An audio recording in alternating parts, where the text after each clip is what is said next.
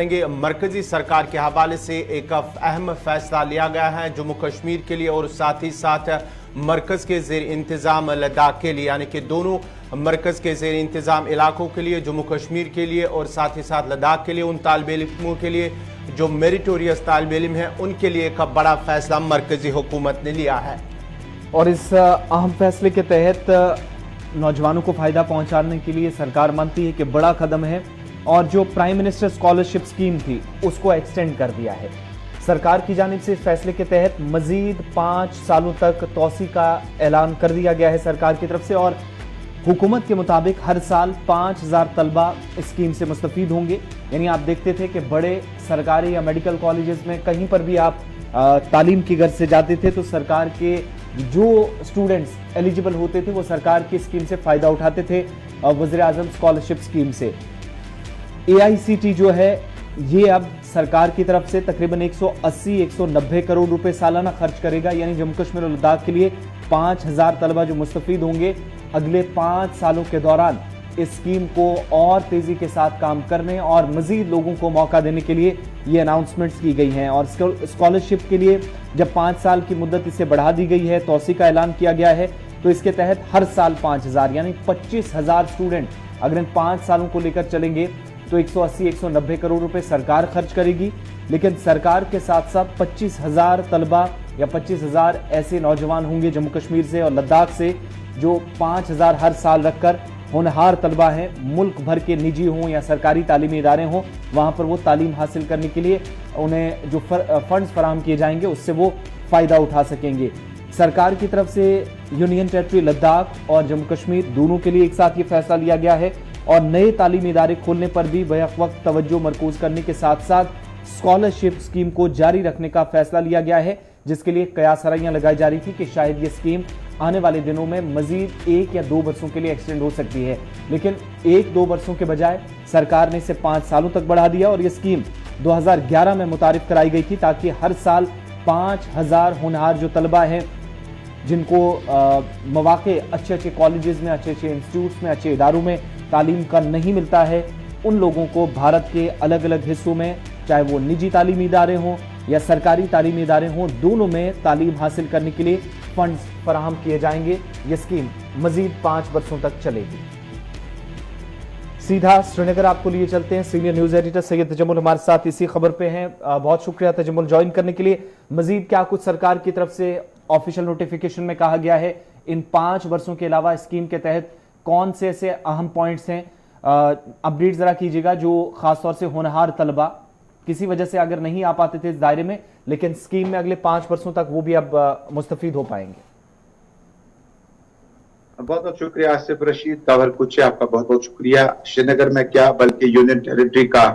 जम्मू कश्मीर को ये जो इफ्तिखार हासिल हुआ उसके बाद शायद गालिबन ये जो स्कीम थी ये तकरीबन दम तोड़ चुकी थी और जम्मू कश्मीर लद्दाख कहीं ना कहीं अब किसी न किसी जगह पर ये जो मुत्तहिदा जम्मू कश्मीर हुआ करता था इसके बारे में स्कीमों का इतलाक अब दोबारा शुरू होने लगा।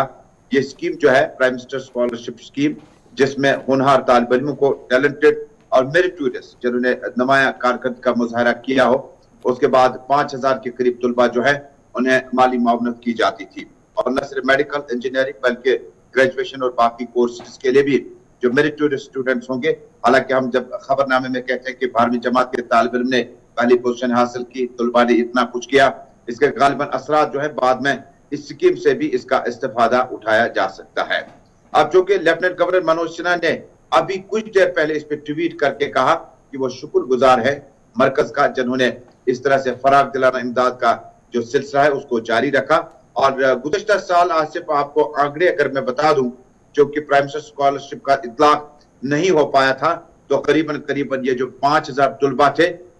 इनके मुस्तकबिल के साथ बड़ी मुश्किल घड़ी चलती रही और वो मेडिकल या इंजीनियरिंग में दाखिला नहीं पाए। लेकिन चूंकि इसमें बड़ा जो मिनिस्ट्री ऑफ कंसर्न मिनिस्ट्रीज जो है उन्होंने राब्ता कायम किया, उसके बाद जम्मू कश्मीर में रिऑर्गेनाइजेशन एक्ट आने के बाद और तमाम चीजों को देखने के बाद कि क्या प्राइम मिनिस्टर स्कॉलरशिप का इतलाक जो है जम्मू कश्मीर में जारी रखा जा सकता है, उसके बाद आहिस्ता आहिस्ता मीटिंगें हुई और बिलाखिर जम्मू कश्मीर के बच्चों के लिए बड़ी अहम नवीद या खुशखबरी आई कि अब उस प्राइम मिनिस्टर स्कॉलरशिप स्कीम का फायदा उठा सके। अब मैं आपको समझा दूं कि ये स्कीम जो है ये ग्राउंड जीरो पर किस तरह से इम्प्लीमेंट होती है। जब हम आम तलबा की बात करते हैं, कहते हैं कि बड़ा होनहार बच्चा है, बड़ा टैलेंटेड है, गॉड गिफ्टेड है, इतने नंबरात हासिल किए, लेकिन उसके बाद गुजारा नहीं होने की वजह से वो न ही समाज में, जो कि मेडिकल स्ट्रीम में, इंजीनियरिंग में, आर्ट्स में, होम साइंस में नुमाया कारकर्दगी का मुजाहरा करने के बाद जब उसे वो मंजिल नहीं मिलती है जिसके लिए शायद उससे अल्लाह ने तलाशा था या जहां इसने बहुत ज्यादा मेहनत की थी। अब इस स्कीम से क्या होगा कि जो आपका टैलेंटेड होगा, जिसने नंबरात अच्छे लिए होंगे, लेकिन हो सका कि उनके वालिद साहब ऑटो रिक्शा चला रहे हो सकता है कि वो एक आम किसान से हों और उनके घर में उतनी ज्यादा माली हैसियत नहीं है कि वो अपने बच्चे को मेडिकल या इंजीनियरिंग कॉलेज में दाखिला पा सकें। लेकिन अब ये स्कीम जो है उस आम घरानों तक पहुंचेगी और तुलबा को ये स्कीम खोजेगी, ना कि आपको स्कीम ने खोजना है। और स्कीम खोजते खोजते गांव देहात, शहर, कस्बों में जाकर जो मेरिटोरियस बच्चे होंगे उनके दाखिले के लिए आसान शराइत के साथ दाखिला हो पाएगा, जिसमें आपकी मुकम्मल तौर पर जो स्कॉलरशिप है। अब 2019-2021 तक जो आते आते जम्मू कश्मीर के सियासी और बाकी कोविड-19 और बाकी मामला चलते रहे, उसमें इतना ज्यादा लॉस हुआ कि जम्मू कश्मीर से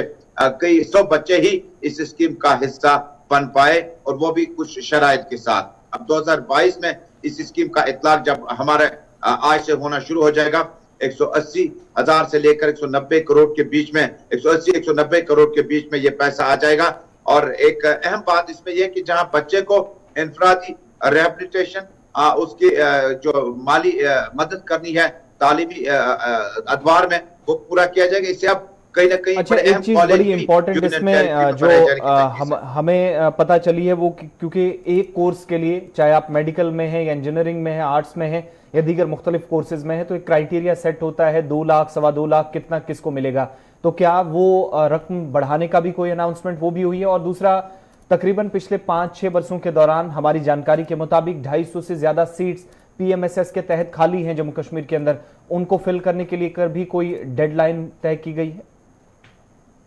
बिल्कुल, देखिए, जब तक आप स्कॉलरशिप की इस फीस की बात करते हैं तो ये आहिस्ता आहिस्ता बढ़कर 4 लाख के आसपास हो जाएगी, क्योंकि उसमें आपका हॉस्टल का खर्चा, आपका मेस का खर्चा और आपका मेंटेनेंस का खर्चा, जो आप कहीं रुके हों, वो इसमें कवर किया जाएगा 4 लाख के आसपास में। और उसके बाद जो सीटें पूरी करनी मतलूब हैं, काफी टाइम से जो सीटें खाली पड़ी है, क्योंकि जम्मू कश्मीर में अब इस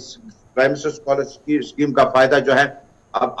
आने वाले दिनों में, चूंकि एम्स के हवाले से भी कुछ अहम सीटें जो है वो काफी वक्त से खाली पड़ी हैं, और कहीं ना कहीं जब ये 6 साल का कोर्स मुकम्मल कर पाएंगे उसके बाद वापस आके जो खाली पड़ी आसामियां उनको पूरा किया जाएगा। लेकिन कश्मीर में, जम्मू में, लद्दाख में, जो कि बड़े अहम मेडिकल कॉलेज साबिक सरकारों ने, मौजूदा सरकारों ने बड़े फराग दिलाना इमदाद के साथ इन मेडिकल यूनिवर्सिटीज को तैयार किया, उसमें जो अब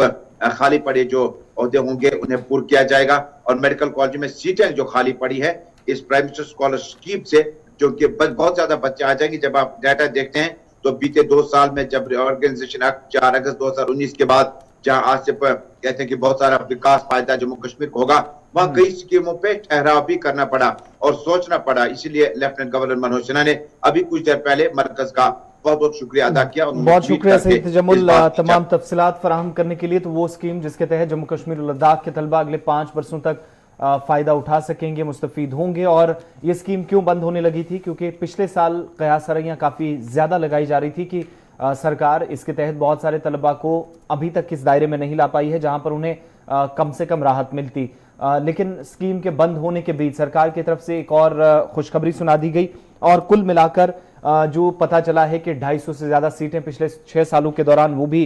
फिल नहीं हो पाई हैं और 250 सीटें जो अलॉट की गई थी 2021 में उनको भी नहीं फिल किया जा सका। 113 ऐसे स्टूडेंट्स थे जिन्होंने मेडिकल स्ट्रीम के through prime minister scholarship scheme, ये जो मरकजी स्कीम है, इसके तहत फायदा उठाया। 2019-20 में 95 ऐसे स्टूडेंट्स थे जो मेडिकल फील्ड में गए और मेडिकल फील्ड में अगर आप जाते हैं तो 4 लाख तक या 2.25 लाख रुपए, यानी 2.25 लाख से ज्यादा इंजीनियरिंग के लिए, जिसमें तजम्मुल बता रहे थे मेस चार्जेस होंगे, इसके अलावा बाकी चार्जेस, इसमें हॉस्टल फी भी होती है, आपका रहना खाना पीना सारी चीजें इसमें